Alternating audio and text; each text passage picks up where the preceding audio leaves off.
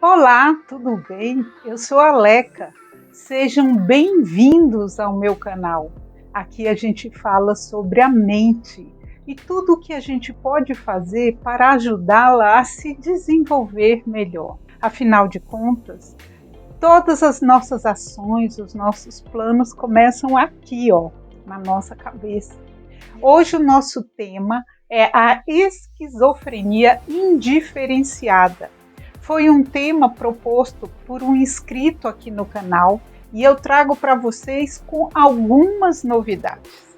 A esquizofrenia indiferenciada seria um subtipo da esquizofrenia.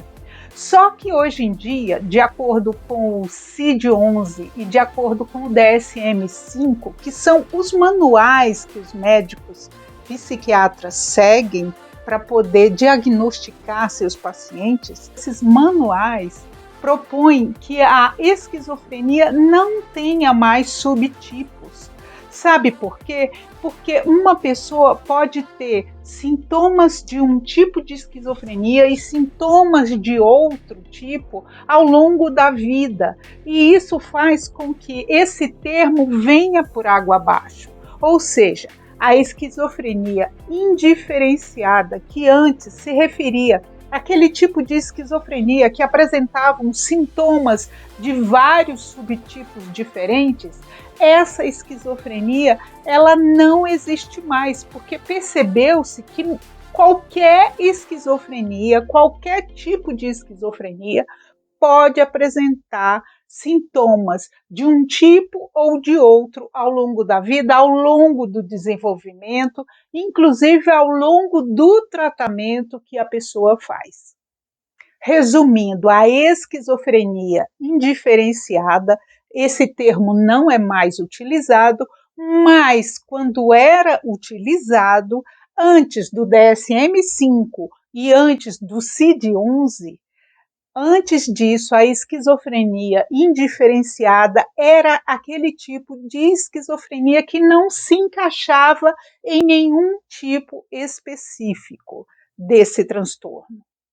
Pois bem, o que esses manuais falam que deve ser feito hoje, afinal de contas, eles direcionam o trabalho não só dos médicos psiquiatras, mas de todos os profissionais da área, de uma maneira em geral, eles falam o seguinte, que a gente deve se ater aos sintomas. Quais são os sintomas que a pessoa apresenta? E não exatamente a nomenclatura ou não a um rótulo que antigamente era utilizado para definir qual pessoa tinha qual tipo de transtorno. Então, nós vamos falar nesse vídeo dos sintomas, quais os principais sintomas e o que se deve estar atento para que o tratamento seja feito da melhor maneira possível.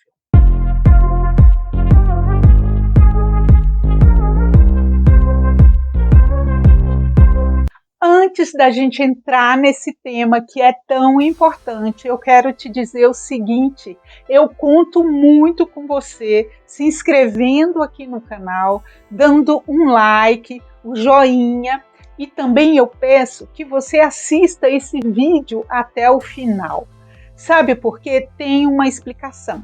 É que se o YouTube, o robozinho do YouTube, perceber que você está assistindo o meu vídeo até o final, ele vai mostrar esse vídeo para mais pessoas e vai te mostrar outros vídeos meus também.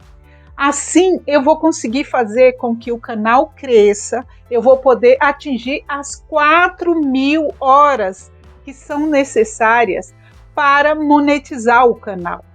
Monetizando o canal, eu vou ter condições de me dedicar mais a esse trabalho de elaborar os temas, de pesquisar, de elaborar roteiros, de fazer com que a gravação ocorra na data certa e, enfim, que você possa encontrar aqui mais e mais respostas para os seus questionamentos a respeito da mente, da saúde mental dos transtornos mentais.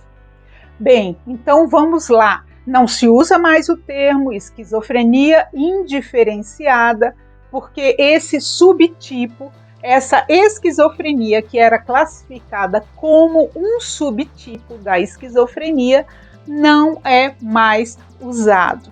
E não só a esquizofrenia indiferenciada. Nesse rol também se encontram a esquizofrenia catatônica, a simples, a esquizofrenia residual, a esquizofrenia paranoide, que é a mais comum de uma maneira em geral, e a esquizofrenia hebefrênica. O que isso quer dizer? Todas essas esquizofrenias existem, esses transtornos existem, só que não se usa mais esse rótulo, essa nomenclatura, porque descobriu-se que os sintomas de uma esquizofrenia, de um tipo de esquizofrenia, ocorre também em outro tipo. Então, meio que existe um mix de sintomas e que vai depender de caso a caso, ou seja, cada pessoa pode apresentar ou não esses tipos de sintomas. Mas eu vou explicar aqui cada um deles para que vocês entendam melhor e para que vocês possam avaliar se esse é o seu próprio caso, se você tem o transtorno da esquizofrenia ou de algum familiar ou de algum amigo seu. Eu vou trazer aqui para que você possa se orientar melhor sobre essa questão dos sintomas. O sintoma, então, ele é o foco, é aquilo que aparece aos olhos das outras pessoas, de quem convive com uma pessoa que desenvolve o transtorno da esquizofrenia. Muitas vezes a própria pessoa também percebe esse sintoma e isso faz com que ela possa ter um melhor entendimento da situação e possa optar, talvez até mais rapidamente, por um tratamento. Eu sinto que no caso do meu filho, o tratamento encontrou também uma barreira grande, no sentido de que ele não se via necessitando de um tratamento para a esquizofrenia. Isso levou um certo tempo. E esse tempo é uma perda de tempo, na verdade, porque quanto antes o tratamento tem início, o tratamento que eu digo é o tratamento medicamentoso que vai atuar, que vai agir para diminuir aquele embotamento, aquela perda da realidade que normalmente a pessoa com esquizofrenia apresenta, que nada mais é do que confundir a realidade com a fantasia. Pois bem, esse sintoma que é crucial para a esquizofrenia, esse sintoma, veja bem, no caso do meu filho, ele foi o primeiro, um dos primeiros a ser debelado com o uso da medicação. Vamos entrar, então, nos sintomas chamados sintomas negativos. Deixando claro que sintoma negativo, e tem também os sintomas positivos da esquizofrenia, não quer dizer que seja negativo, os sintomas negativos sejam maus e os sintomas positivos sejam bons. Não é isso.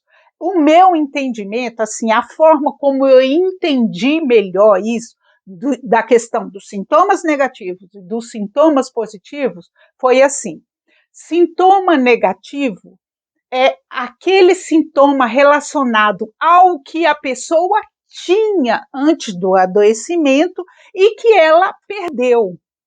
Por exemplo, sintomas negativos: o embotamento afetivo, o fato da pessoa não demonstrar afeto, não demonstrar carinho, não demonstrar alegria, não demonstrar preocupação que seja. Isso a pessoa tinha antes, mas ela perde. O sintoma negativo faz com que ela fique realmente embotada.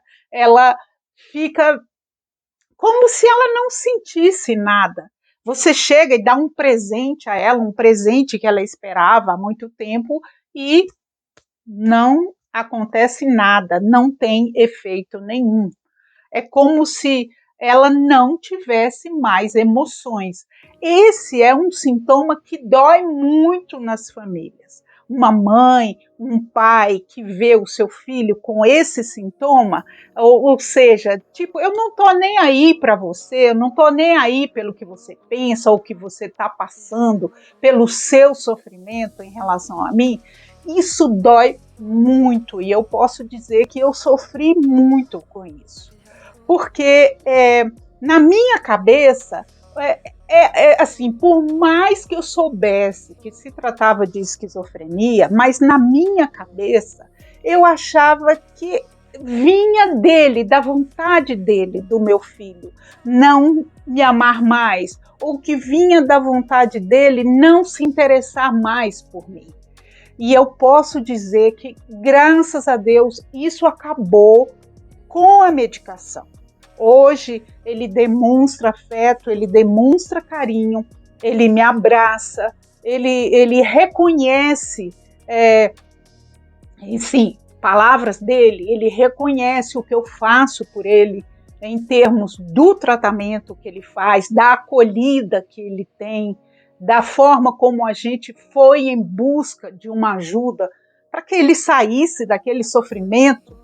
Se você quer saber mais da história do meu filho, como é que aconteceu, eu tenho vídeos aqui no canal, vídeos anteriores que falam sobre isso, mas o que eu posso dizer é o seguinte, isso passou e eu me sinto muito grata aos médicos, à medicação, aos cientistas e, claro, a Deus por hoje eu não passar mais por isso. Do meu filho me olhar com aquele olhar ausente, com aquele olhar de quem realmente não está nem aí para mim.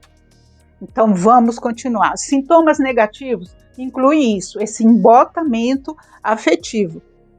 Mas também inclui o isolamento social. A pessoa não quer sair de casa, ela não quer se encontrar com parentes, ela não quer participar de almoços, jantares, ela não quer receber visitas. Essa fuga da sociedade, isso, no caso do meu filho, ainda acontece. Não é tão como era antes, não é tão premente, não é tão marcante como era antes. Hoje ele ainda sai algumas vezes, ele vai à casa dos avós algumas vezes, à casa de um tio ou outro, mas é tudo muito regrado. Não é de forma nenhuma como era antes. Também faz parte dos sintomas negativos. A pessoa ela tem poucos recursos de linguagem, ela repete muito as mesmas palavras, eu ia dizer sempre as mesmas palavras, mas não chega a ser sempre, mas ela repete muito as palavras, ela fala frases curtas, ela fala coisas bem superficiais. Você está bem? Como é que foi lá no médico? Foi bom, foi bem, tudo bem. Então, ele não desenvolve o pensamento, ele não completa a sequência do que aconteceu. Outro sintoma negativo, a pessoa passa a não realizar as tarefas que ela tinha antes, né? Vem daí a dificuldade de trabalhar, de realizar, de agir, enfim, até mesmo as tarefas de casa, se o seu filho, a sua filha lavava a louça, limpava o chão, te ajudava dentro de casa, isso com certeza diminui muito, ou se não acaba de vez quando ele ou ela não está ainda sob tratamento, ou se esse tratamento ainda não fez efeito, ou se essa medicação não é a medicação mais adequada. Enfim, é aquilo que eu falei, se você der um presente, um carro, ele vai olhar e falar, é um carro, é só um carro, né? Enquanto para para qualquer pessoa ganhar um carro de presente seria o máximo da realização, um super presente, ele vai olhar e não vai dar aquele valor.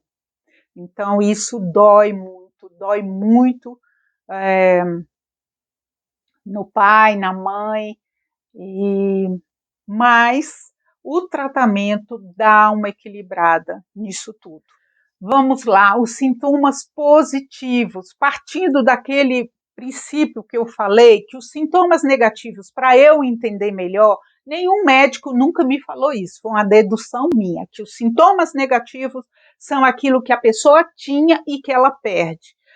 Agora, os sintomas positivos não é que sejam sintomas bons, infelizmente, são sintomas ainda piores do que os negativos. Os sintomas positivos são a alucinação, o delírio e o pensamento desorganizado, que nada mais é do que alucinação. A alucinação, normalmente, ela está ligada, normalmente não, sempre ela está ligada aos 5 sentidos que nós temos, aos nossos sentidos de tato, audição, visão, olfato. Então, a pessoa, ela passa a sentir aquilo que ela não sentia antes, que ela não tinha antes. Por exemplo, começa a ouvir vozes. Essas vozes podem ser em forma do próprio pensamento, que às vezes a pessoa diz que está ouvindo o seu próprio pensamento em voz alta, ou pode ser uma voz que fala e perturba bastante. Muitas vezes essas vozes, elas perturbam no sentido de serem maldosas mesmo, de falarem para a pessoa pular de uma ponte, ou que a pessoa é feia, que a pessoa é ridícula, que ninguém gosta da pessoa. Deixando bem claro, gente, que tudo isso é uma formação da própria mente da pessoa. É claro que não existe voz nenhuma. Não é que ela está ouvindo alguma coisa sobrenatural, que ela está ouvindo algum espírito ou algo parecido. Na verdade, a pessoa, isso vem da mente da pessoa, pelo menos é o que a ciência diz até hoje. Assim como o olfato, a pessoa sente cheiro de podre, por exemplo, ou pode também, na audição, ouvir coisas bonitas, agradáveis, falando que o mundo é lindo, que as pessoas são bondosas. A pessoa pode ouvir também coisas boas, porque isso é justamente uma criação da própria pessoa, então vai depender da mente dessa pessoa. Daí também ela sentir cheiros bons ou cheiros ruins.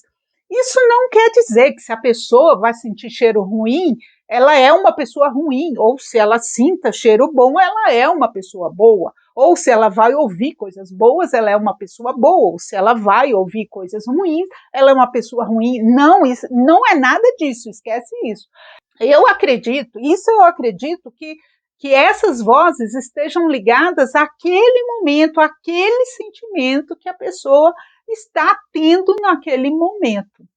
E aí também o tato, a pessoa pode sentir sendo tocada, isso muitas vezes deixa a pessoa muito apavorada, com muito medo, porque ela sente alguém tocando nela, ou ela olha e vê ali na frente uma pessoa, ou sorrindo para ela, ou vigiando ela, ou querendo adentrar pela casa para roubar alguma coisa. Tudo isso são criações da mente e que a gente não pode, de maneira nenhuma, menosprezar, porque a pessoa sente de verdade, está ligada aos sentidos. Por exemplo, se eu toco nesse controle e sinto que ele é rígido, eu sei que ele é rígido, a minha mente está dizendo isso, ele é rígido. Por quê? Porque tudo que a minha mente já armazenou em termos de rigidez, flexibilidade, ela percebe, eu consigo com o toque perceber que é rígido. Então é a mesma coisa. A pessoa às vezes não está vendo isso aqui, mas ela está sentindo, porque a mente dela tem armazenado essas informações do que é uma coisa rígida, do que é uma coisa endurecida. Então, ela toca e sente como se fosse realmente um controle remoto na mão dela. Bom, gente, isso em relação às alucinações. E o delírio? O que são os delírios? Que também são sintomas positivos. Devo dizer que com o tratamento, o meu filho, né, não tem alucinações. Aliás, ele teve pouquíssimas alucinações até hoje, pelo que eu percebo. Ele mesmo sempre relatou que não ouvia vozes, nunca ouvia vozes, e por isso também foi um dos fatores do diagnóstico da esquizofrenia demorar mais, porque normalmente a pessoa, quando a esquizofrenia se manifesta mesmo com tudo, ela se manifesta por meio disso, da pessoa ouvir vozes. Então, meu filho não ouvia vozes. Isso dificultou um pouco o diagnóstico. Teve outros motivos também, que vocês vão ver nos vídeos anteriores, né, nos vídeos mais antigos. Mas os delírios, esses sim, ainda permanecem de uma maneira diferente. Quando a pessoa está fazendo tratamento, e um tratamento há algum tempo, muito provavelmente ela passa a perceber que os delírios são falsos, que os delírios são criação da própria mente dela. Então, aí, eles deixam de ser delírios, porque a partir do momento que a pessoa não confunde mais o delírio com a realidade, deixa de ser delírio, porque o delírio justamente é quando a pessoa ela cria na mente dela situações que não condizem com a realidade. Por exemplo, se a pessoa acredita que não pode ir ao médico porque o médico vai colocar um chip na cabeça dela e esse chip vai fazer um rastreamento da mente dela e descobrir tudo o que ela está pensando. Isso é um delírio. Se a pessoa diz que não vai na casa de fulano, porque na casa de fulano eles vão servir uma limonada e essa limonada pode estar envenenada. Isso é um delírio. Ou seja, a pessoa cria fatos e situações que não existem.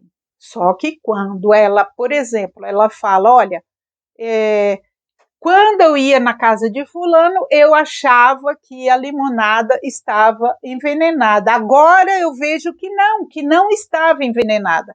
Quando a pessoa percebe isso, deixa de ser delírio. E a desorganização. Os pensamentos desorganizados também são uma forma de sintomas positivos. O pensamento desorganizado é aquele pensamento que não tem começo, meio e fim. A pessoa chega, fala uma coisa que não tem nada a ver e depois completa com uma outra que não tem mais nada a ver, pior ainda, e ninguém entende nada. E ela fala como se aquilo fosse claríssimo. Meu filho, no caso dele, gente, eu fico sempre trazendo a questão do meu filho, porque eu acho que é importante trazer exemplos, né? Um exemplo real. Ele escrevia textos, ele gostava de escrever, então ele escrevia textos e me submetia para que eu lesse, para eu dizer o que eu achava. Gente, eu não entendia absolutamente nada, não dava para entender. E na época eu não sabia do que se tratava, então eu ficava pensando, gente, mas ele escreve tão bem, por que ele está escrevendo desse jeito? E a mesma coisa a fala, eu percebia que ele começava a falar as coisas e não dava sequência, não tinha lógica, não existia mais lógica no que ele dizia. E isso é o pensamento desorganizado. Muitas vezes a pessoa cria palavras novas, palavras que não existem, e ela não entende por que você não entende aquela palavra. Ele não se conforma pelo fato de repente, as outras pessoas passarem a não entender mais o que ele diz, porque ele acha que está sendo muito claro, que ele está falando com toda a clareza do mundo. Então, isso é o pensamento desorganizado, também uma outra forma de manifestação do pensamento. Outra coisa também, você pergunta e a pessoa não responde. Por exemplo, você fala, você quer almoçar agora? Ele fala, meu sapato está encardido. Então, assim, coisas que não... Você pergunta uma coisa, ele responde outra, que não tem nada a ver. Mais uma vez, lembrando, gente, não é da vontade da pessoa, em nenhum momento a pessoa tem sequer um minuto de clareza para poder falar aquilo, para poder responder aquilo. É tudo criação da sua própria mente. Falamos então sobre os sintomas negativos, os sintomas positivos, agora os sintomas psicomotores, que são aquela maneira de andar arrastada, a pessoa anda arrastada, anda lentamente, eles chamam de lentificação. A pessoa apresenta poucos gestos, ela é como se ela tivesse amarrada, ela não, sabe, ela não se expressa, não sei o quê,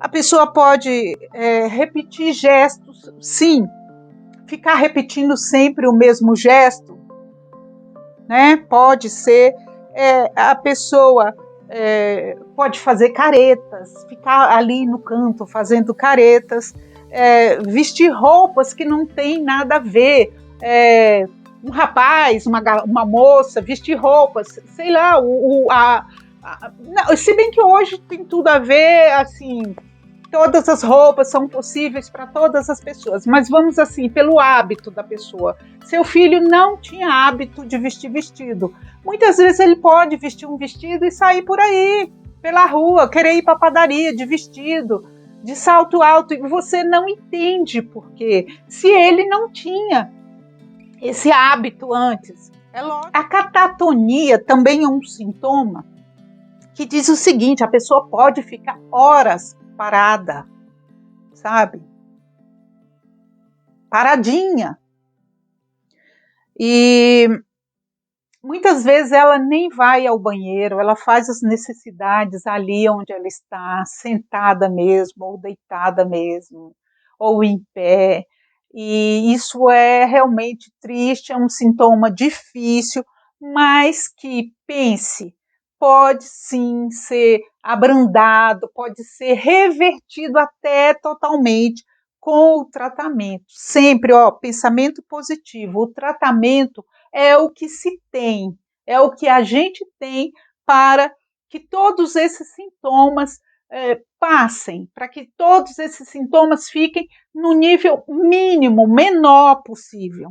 Os prejuízos cognitivos, que, mais uma vez, eu cito o exemplo do meu filho, ele não, parece que ele não sabia nem mais ler, ele parece que assim, sabe, o que eu te falei, é o que eu falei, ele escrevia e ninguém entendia, e daí a pouco nem escrever mais ele escrevia, ele não conseguia anotar um telefone, ele não conseguia anotar um recado.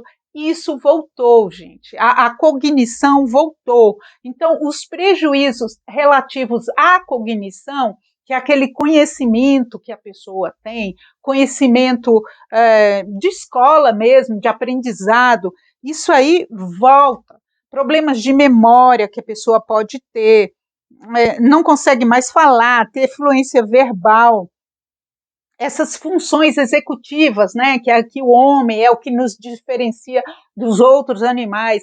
A função executiva, ela é relativa ao planejamento, eu não vou passar por ali porque ali a estrada está impedida, eu vou pelo outro lado. Eu não vou tentar o vestibular para isso porque ele é muito concorrido e eu quero entrar na faculdade, então eu vou fazer o vestibular para aquilo. Então, isso é a função executiva, isso aí fez com que nós evoluíssemos muito, que a gente se diferenciasse dos outros animais, porque realmente a função executiva ela faz com que a gente supere os obstáculos, que a gente procure caminhos, saídas, outras saídas viáveis para nós. E a pessoa fica com essa função executiva muito prejudicada.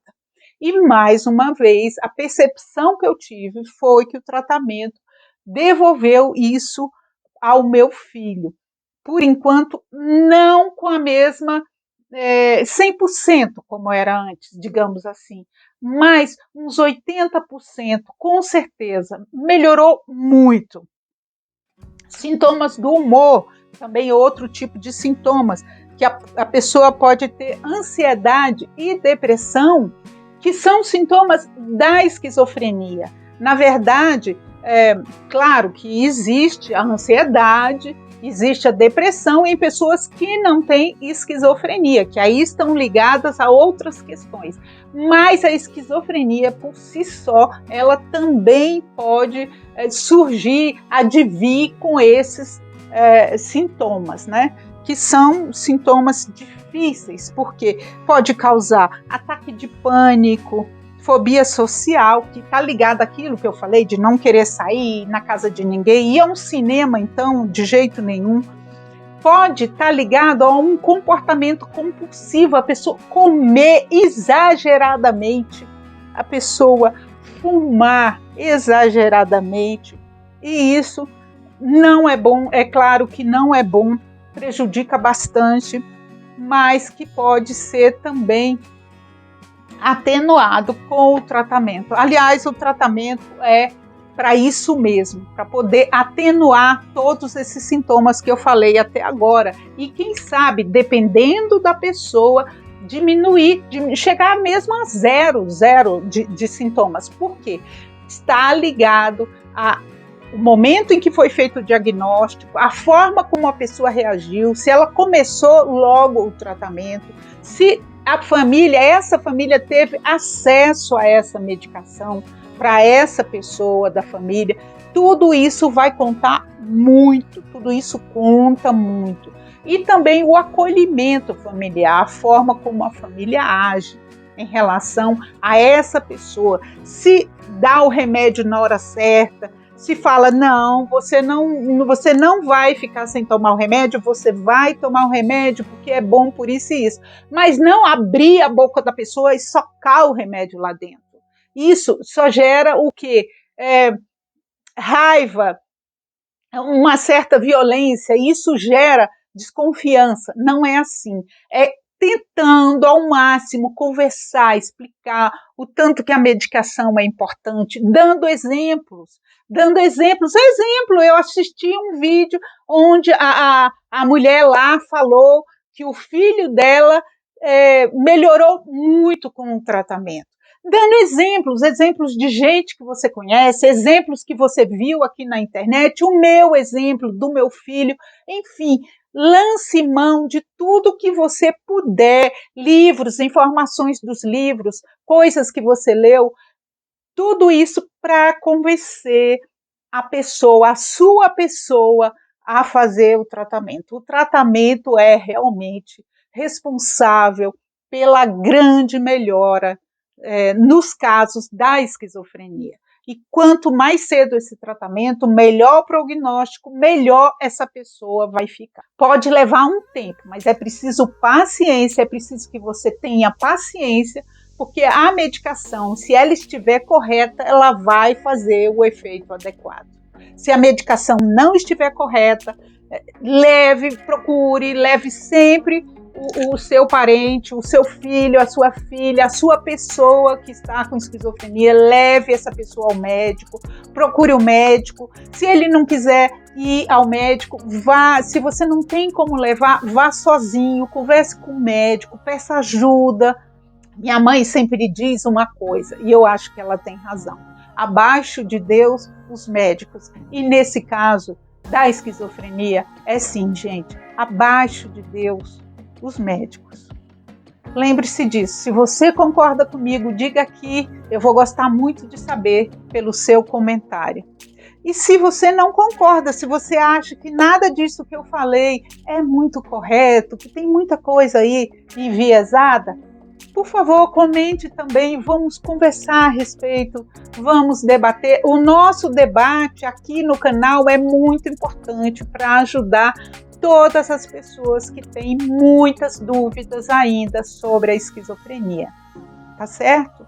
E você já sabe, eu te desejo uma ótima semana, que você fique com Deus. Até a próxima. Tchau, tchau e até o próximo vídeo. Tchau, tchau.